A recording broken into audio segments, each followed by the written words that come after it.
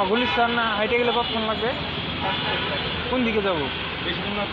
এদিকে যাই এই সোজা। ডান পাশ দেখার দিকে যাবো।